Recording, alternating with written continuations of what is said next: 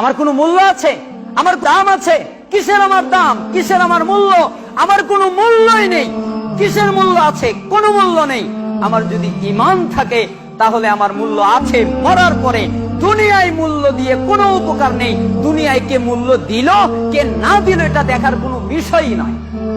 এজন্যই তো রাসূলুল্লাহ সাল্লাল্লাহু আলাইহি ওয়াসাল্লাম ইবনে উমারকে ডাক দিলেন, আসো তুমি এদিকে। আসার পরে ইবনে উমারের হাতে এভাবে হাত রাখলেন, কাঁধে রেখে বললেন, হে ইবনে উমার, তোমাকে আমি বলছি। আখাযা রাসূলুল্লাহ সাল্লাল্লাহু আলাইহি ওয়াসাল্লাম বিমানকিবি ওয়াকাল, রাসূল সাল্লাল্লাহু আলাইহি ওয়াসাল্লাম ইবনে উমারের কাঁধে হাত রাখলেন, রাখার পরে বললেন, হে উমার, কুন ফিদ দুনিয়া ইবনে উমার কুন ফিদ দুনিয়া কাআন্নাকা গরীবুন আও আবিরু সাবিল।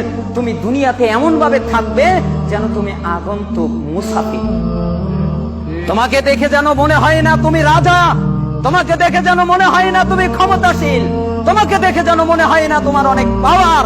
তোমাকে দেখলে মনে হবে তুমি পথচারী, তুমি মুসাফির, তোমার কোনো ক্ষমতাই নেই।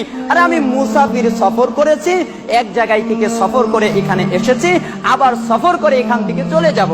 আব্দুল্লাহ, এটা তুমি মনে রাখবে।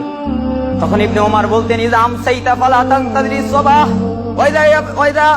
ওয়াইদা আসবাহতা ফালা তানতাযিরিল মাসা ওয়াকুন মিন সিহাতিকা লিমারাদিক ওয়া মিন হায়াতিকা লিমাউতিক। তখন ইবনে ওমর বলতেন, হে লোক শোনো, তুমি যখন সন্ধ্যায় উপনীত হও তখন আর সকালের অপেক্ষা করো না। তুমি যখন সকালে উপনীত হও তখন আর সন্ধ্যার অপেক্ষা করো না।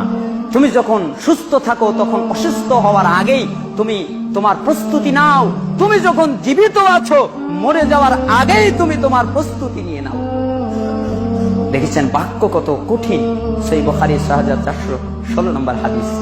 রাসূলুল্লাহ সাল্লাল্লাহু আলাইহি ওয়াসাল্লাম এক বাক্য বললেন, আর আব্দুল্লাহ আরেক বাক্য বললেন। আব্দুল্লাহ ইবনে উমর তিনি আরেক বাক্য বললেন যে যখন সন্ধ্যায় থাকো তখন আর সকালের অপেক্ষা করো না।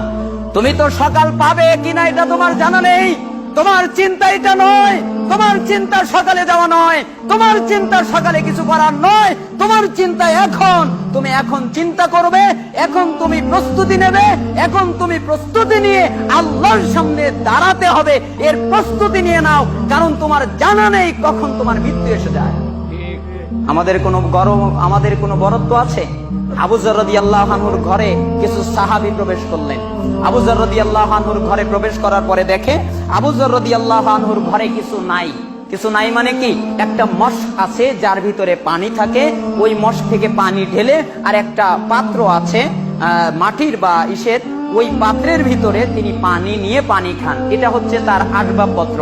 আর একটা বিছানোর জন্য মাদুরি আছে, আর গায়ে দেওয়ার জন্য একটা কাপড়ের মতো মোটা জাতীয় কিছু আছে যা মানানসই না। তখন কিছু সাহাবী ঘরে ঢোকার পরে বললেন, হে আবু যর রাদিয়াল্লাহু আনহু, মনে হচ্ছে আপনাদের আলাদা আরেকটা ঘর আছে, তাই না? এই কারণে এই ঘরে কিছু নাই। তখন আবু যর বলছেন, না, ঘর এটাই, আলাদা আর কোনো ঘর নাই, এটাই ঘর। তখন বলছেন, তাহলে মাল সামানা কই? তখন বলে, মাল সামানা নেই, এগুলোই তো আমাদের মাল সামানা, এটাই তো আমাদের প্রয়োজন, আর তো কিছু প্রয়োজন নেই।